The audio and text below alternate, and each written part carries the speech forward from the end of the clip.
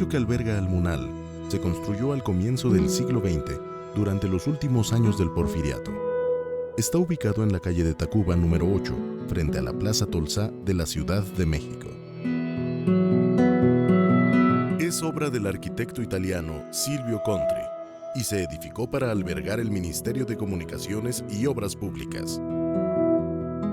Era uno de los ministerios más importantes de México en ese momento. Para poder alcanzar el desarrollo que México pretendía en su momento bajo el Porfiriato, era necesario poder comunicar al país dentro y fuera. Y el desarrollo sobre todo de redes ferroviarias y las mejoras de los puertos para la exportación de bienes fueron fundamentales. En medida de eso podemos ver que se hizo un palacio que cuenta con casi 17,000 metros cuadrados, o sea, es monumental en sus dimensiones, con alturas libres en algunos casos de más de 10 metros, y albergaba las funciones propias de una Secretaría de Estado.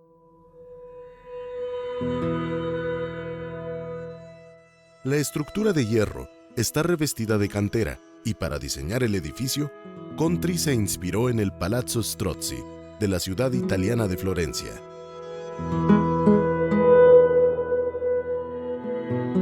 Va a tener esas características que distinguen al periodo.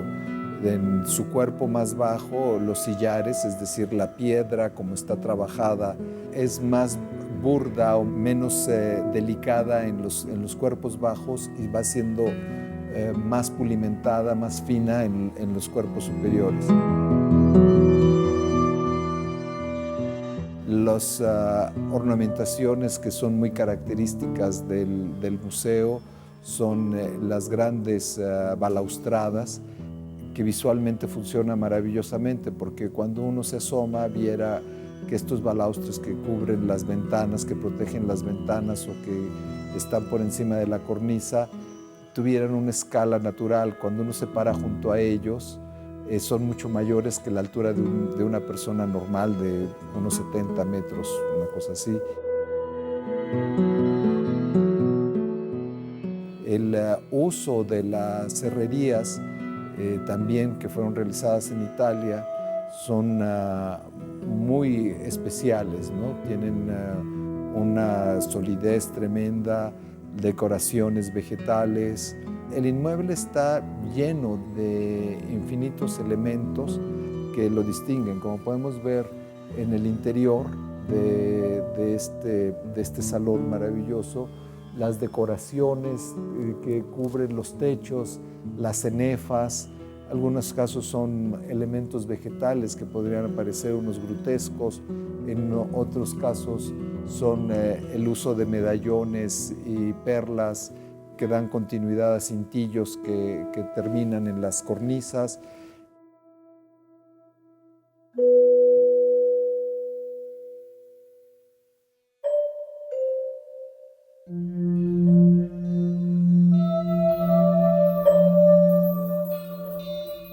A partir de los años 70, el edificio fue utilizado por el Archivo General de la Nación y en 1982 el recinto abrió sus puertas como Museo Nacional de Arte.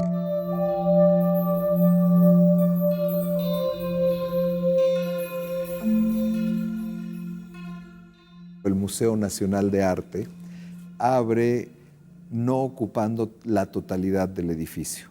Aún se conservaban el espacio de telégrafos de México. Se liberó una parte del edificio en este nivel donde nos encontramos actualmente. Esto era la dirección del museo, que ahora está dedicado a la biblioteca.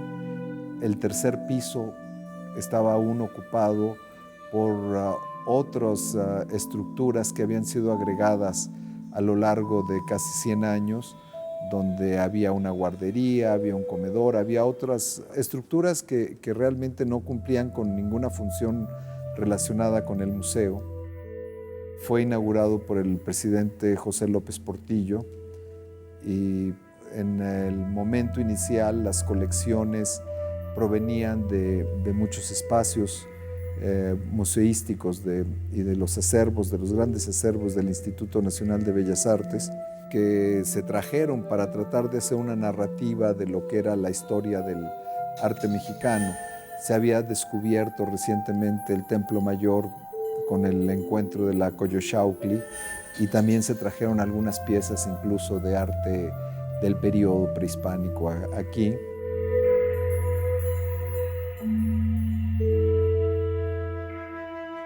Cuando el museo se planea, hay que hacer todo un trabajo que es de liberación. Es como retirar todas esas estructuras para volver a conservar los espacios, a tener los espacios con las alturas originales con las que fueron diseñadas y que tuvieran con esas características la posibilidad de albergar obras de gran formato.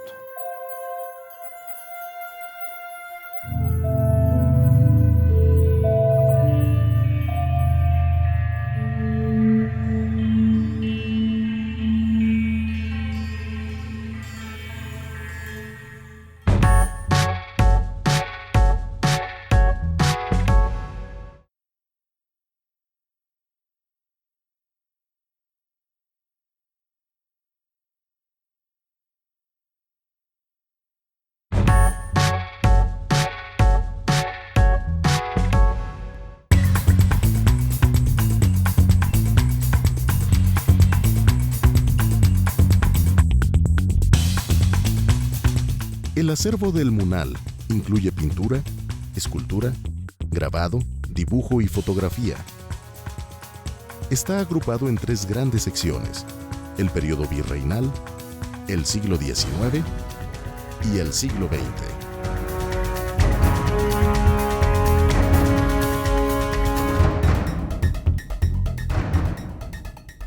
¿Qué significa? Que podemos tener una visión del arte mexicano, a conocer esa inmensa plástica que tenemos desde el periodo virreinal, el XIX, el XX, es en el MUNAL.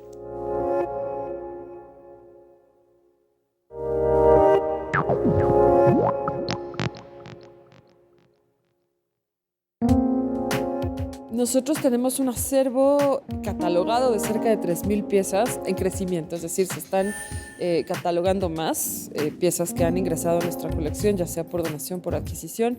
En efecto, el acervo es una cuestión viva que está en expansión.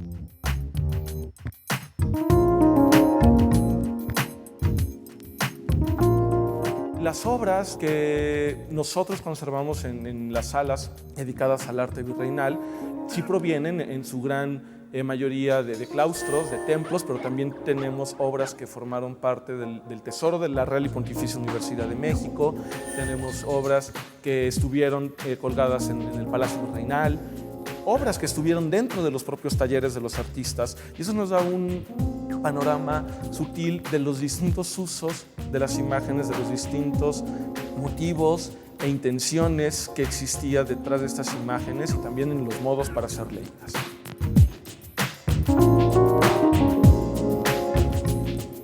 El San Miguel Arcángel de Luis Juárez es una de las piezas más frágiles del museo.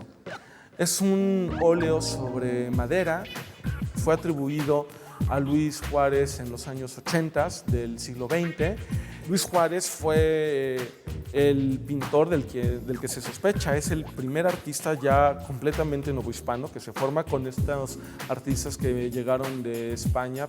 Y esta pieza, por sus cualidades artísticas, por el escorzo anatómico, por la ligereza de los paños, por el paisaje incluso que está detrás de la escena, pues ha recorrido distintos museos de Estados Unidos.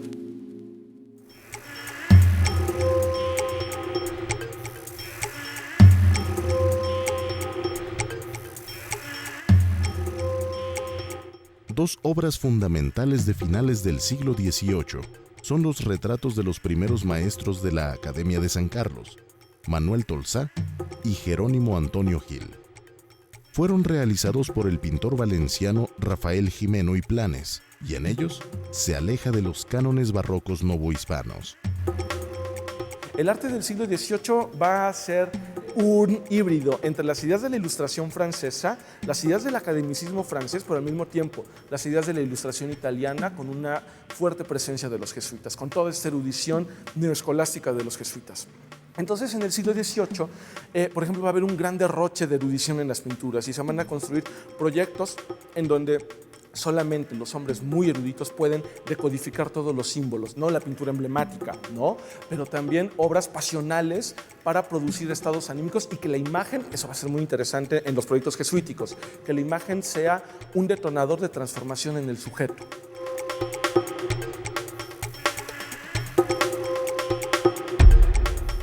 Además de resguardar la colección más grande que se conoce del pintor José María Velasco, en las salas dedicadas al siglo XIX hay obras emblemáticas de pintores como Santiago Rebull, Manuel Ocaranza y José María Obregón, entre muchos otros.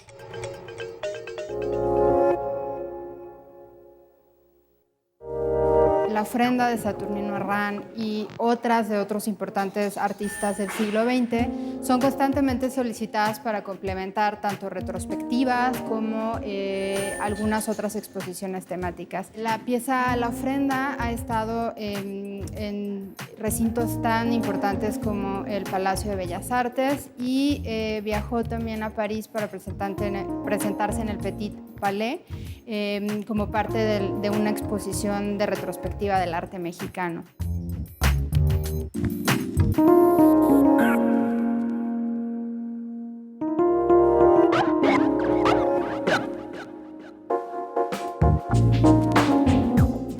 Es muy interesante el paisaje zapatista de Diego Rivera por dos aspectos. Voy a empezar por el aspecto histórico propio de la pieza, que se incluye en el acervo del Instituto Nacional de Bellas Artes en el año de 1973.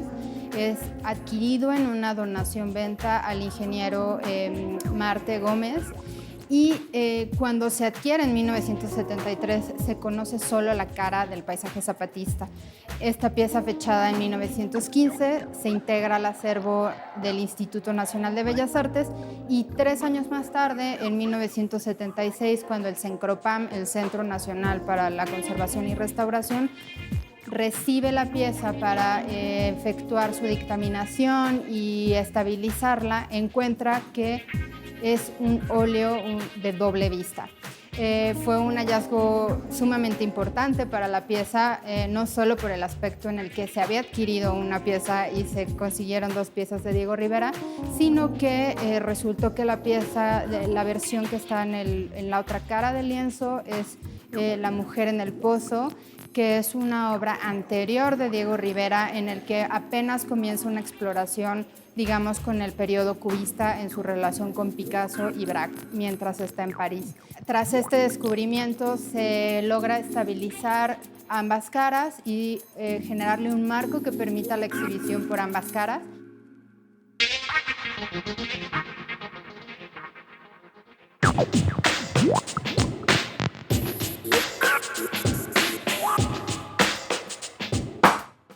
El Museo Nacional de Arte, aunque su acervo mismo no se extiende más allá de 1950, busca integrar prácticas posteriores y bueno, se ha buscado realizar exposiciones temporales que de algún modo complementen lo que el propio acervo ofrece.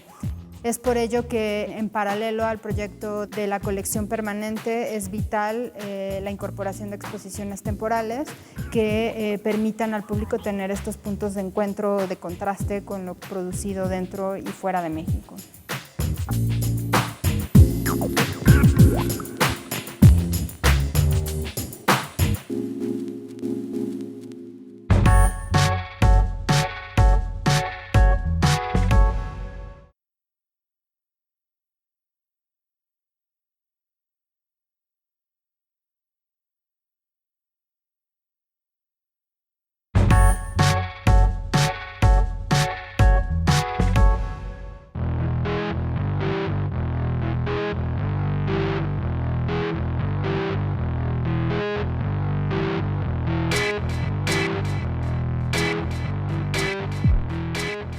Además de su colección y las exposiciones temporales, el Museo Nacional de Arte ofrece a los visitantes conciertos, ciclos de cine, talleres para niños y conferencias.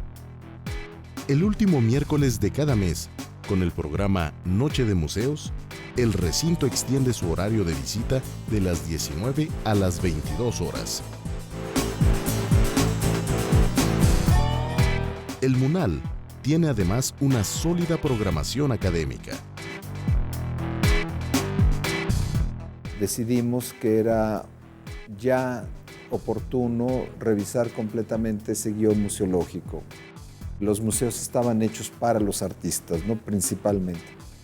Lo que ocurre es de que el patrimonio está hecho para todo el mundo, no está hecho para un grupo en lo particular, y es muy importante que nosotros podamos generar una experiencia que sea sobre todo satisfactoria, una experiencia que sea emotiva, una experiencia que seduzca al público y que lo haga establecer una comunicación con los objetos artísticos que custodiamos. Con este nuevo proyecto de museografía estamos tratando de buscar un mayor respeto y un mayor contacto con el edificio, es decir, tratar de tocar lo menos posible los muros, los plafones, pero metiendo nueva tecnología, como es la tecnología de iluminación LED. En este momento ya tenemos casi un nivel completo de nueva iluminación LED. Entonces es encontrar un balance entre las nuevas tecnologías, pero siempre buscando un respeto hacia el edificio original. Nos hemos planteado todo un proyecto de renovación de las 32 salas. Hemos ya renovado alrededor de 8 de ellas.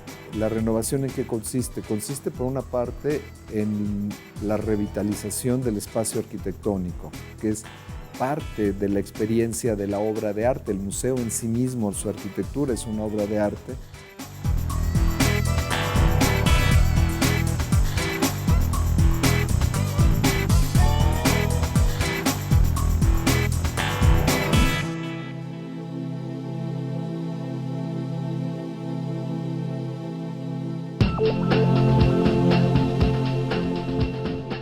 El primer proyecto de este tipo es José María Velasco, Territorio Ideal, que ha sido anunciada como una exposición temporal, pero realmente se quedará como exposición permanente.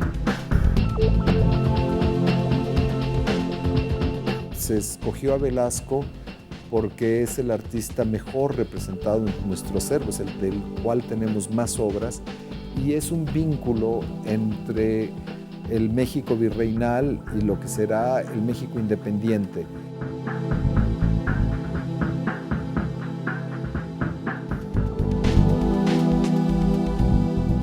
Y la idea es que se vuelve este vínculo entre el segundo y el primer nivel. En el segundo nivel tenemos todos los grandes formatos de novohispano. Acabamos con la Academia de San Carlos en el segundo nivel y José María Velasco se vuelve este vínculo que después va a dar pie a todo el recorrido del siglo XIX, terminando en el siglo XX. Entonces la idea fue llevar estas piezas principales a nuestra sala principal del primer nivel, teniendo tiros visuales que le sirvieran mucho más a las piezas.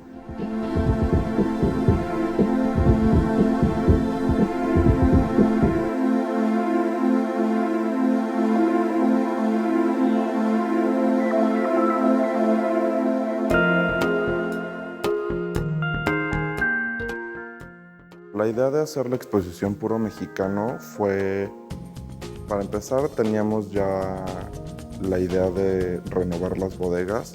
Obviamente para hacer esta renovación se deberían de mover muchas piezas y dentro de este movimiento se hizo una curaduría en la que se buscara que muchas piezas que habían sido muy poco, incluso nunca exhibidas, salieran a las salas del museo.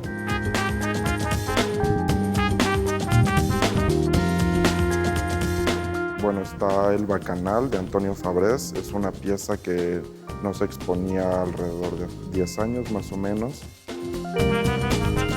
Bueno, el cuadro del doble cara de la explosión del Paricutín de Dr. Atl no se había expuesto una de las caras igual. desde hace 10 años. Incluso muchos de los bocetos de Dr. Atl se enmarcaron y ahora se están exponiendo en conjunto. Con este nuevo proyecto que queremos llevar a cabo, el esfuerzo será, ¿no?, hacer como una investigación muy rigurosa, ¿no?, sobre cada uno de estos cuadros y tratar de ubicarlos y dotarlos de lo necesario para que sean vistos en las dimensiones para las cuales fueron concebidos, ¿no?, y darles también la importancia a sus formas. Y en esa renovación lo que estamos haciendo es un planteamiento de remontaje, ¿no?, de nuestras propias colecciones y que implica de alguna forma refrescamiento, vamos a decir, más que renovación museográfico, acorde a una experiencia que tiene que apuntar más al gozo que al aprendizaje tradicional. Siempre hay una historia que contar, pero lo que queremos hacer ahora es que esas historias que estamos contando sean más disfrutables, ¿no? Sean más disfrutables, sean a lo mejor menos lineales, sean menos revisionistas, por otro lado, y dependan menos para su comprensión de la lectura del cedulario. Es decir, eso está ahí como apoyo.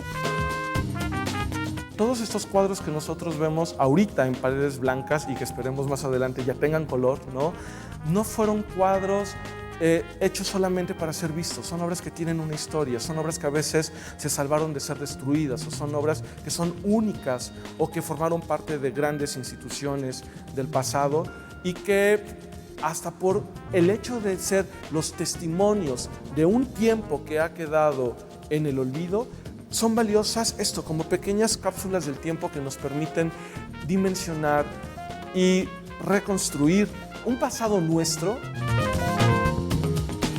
Y bueno, la idea también de todos estos proyectos es lanzar al MUNAL a un nivel internacional en el que haya más reconocimiento, ¿no? O sea, que sí la gente escuche más de este museo que conserva y mantiene muchísimas piezas de las principales obras de artistas mexicanos que hay en el país.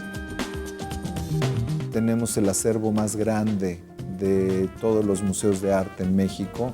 Su importancia estriba en que ha sido y esperemos poder consolidarlo en mayor profundidad el centro de referencia del arte mexicano y también ser ese interlocutor con las grandes instituciones museísticas y de investigación alrededor del mundo, que cuando se requiera presentar una exposición, cuando se requiere investigar sobre nuestros artistas, seamos nosotros quienes ayudemos a establecer esos puentes.